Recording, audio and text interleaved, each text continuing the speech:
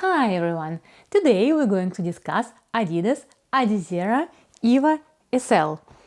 So, it's the beginning. I want to tell you a little bit of my history with Adidas.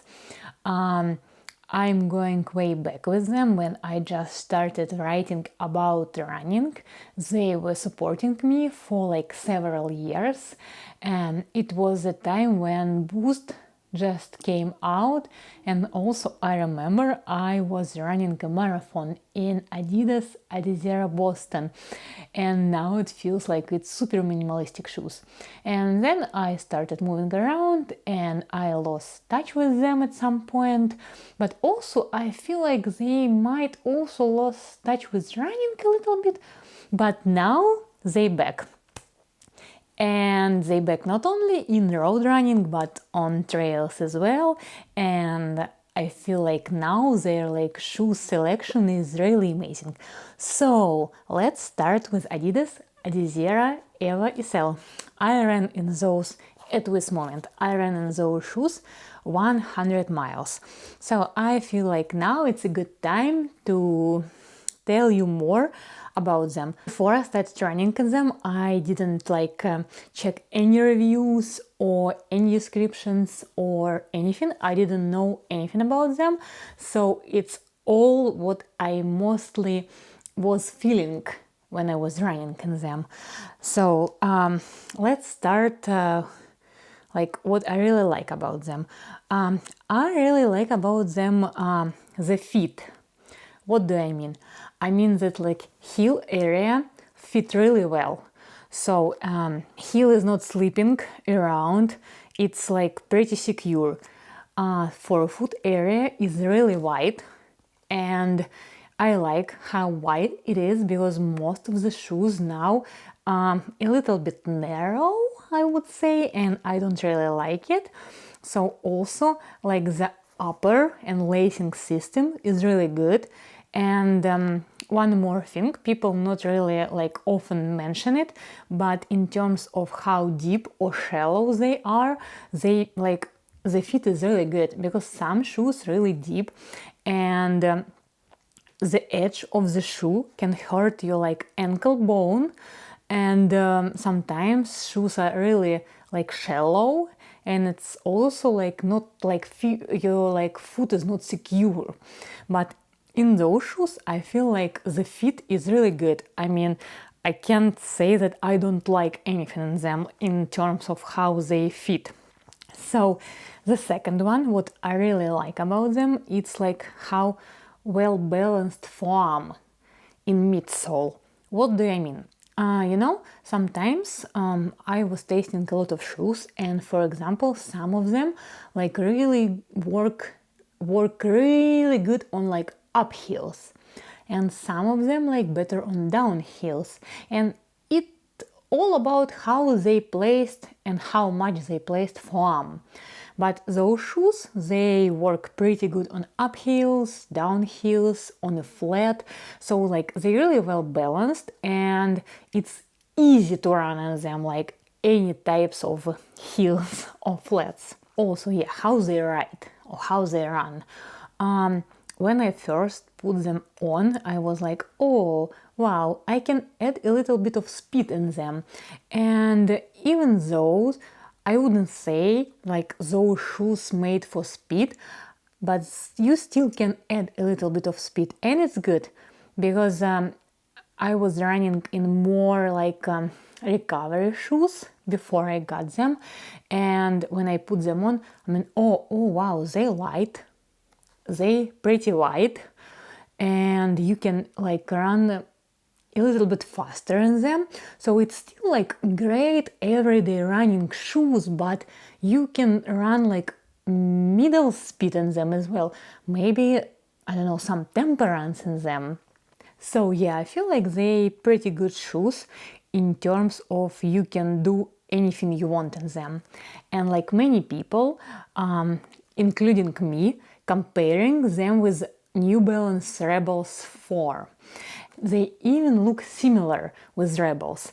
They also super wide, light, but what difference, for me? I would say those shoes pretty firm compared to Rebels. Rebels like softer, but also Rebels have less foam under the feet, and you can feel it. You can feel that those shoes, they have more foam, and it means you can add like more miles in them. For example, if Rebels for me more like I don't know, short runs, those shoes can be used, in my opinion, for long runs because they have more foam. Like I said, I feel like they a little bit firm, but compared to Rebels and in general. But in general, I really like that they firm. It means like you can add a little bit more speed, like I said, and it means they're really good for like long runs, easy runs, tempo runs, recovery runs. At the beginning, I was like, oh, they're not really responsive. But also, I was testing some really fast race shoes, really responsive. And I mean, yeah, it's not like a race shoes. It's $150 shoes everyday training. So maybe they don't need to be like super responsive, you know?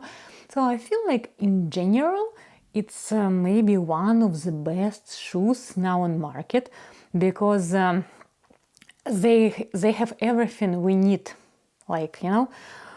About downsides, for me, I found two. First one is sizing, because in Rebels, for example, I have like 8 and 8.5 US. I can run in both sizes, but 8.5 works better.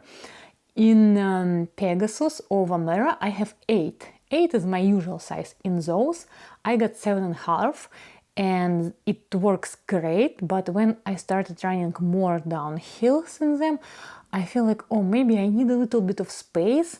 And I feel the sizing is really tricky because when I tried 8, my normal size, it felt like they too wide.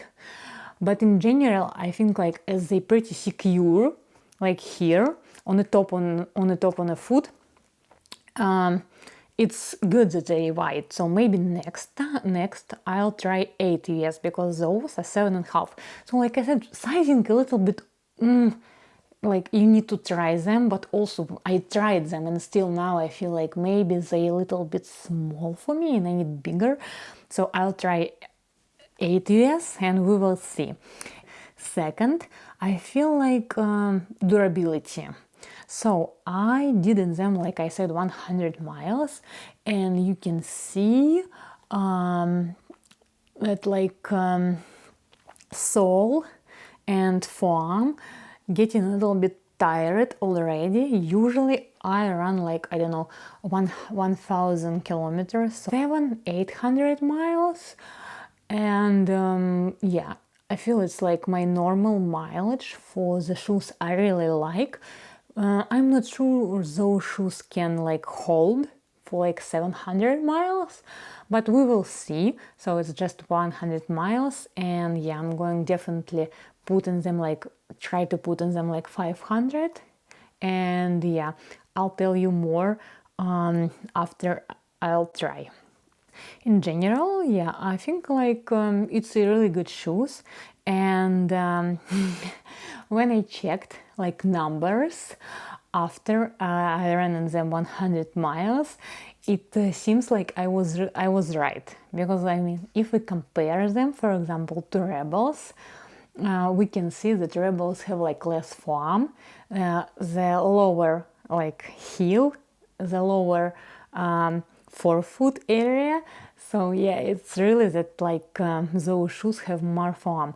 Now you're going to look at them like closer and I'll tell you more. Let's discuss foam. Like I said, I really like how like well balanced midsole is, and they use like Strike Pro plus EVA carrier. It's two foams, and like Strike Pro, it's not PIBA, for example, but it's foam that Adidas made, and it seems like really familiar with PIBA. I mean, it's supposed to be.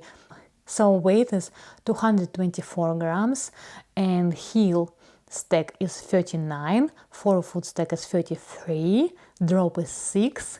Like I said, foam, it's like blend of foams, and the price is 150. So in general, they use the same foam like in their super shoes, like Strike Pro, with like mix of different foam EVA, but we don't know for sure what it is, like what foam is it.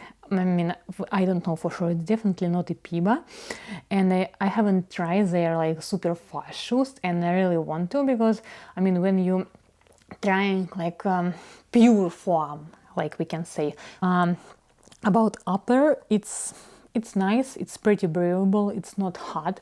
I like, yeah, I would say I like almost everything, like I said you about those shoes, and I can recommend them if you like rebels, but looking for something more firm, and if you like, and if you need something for like everything, for like short runs, long runs, a little bit of tempo runs, like middle runs. In general, I'm going to continue running on them. I'll get size 8 VS, and I'll keep you updated about durability, because I mean, for now it seems like it's biggest concern for me here.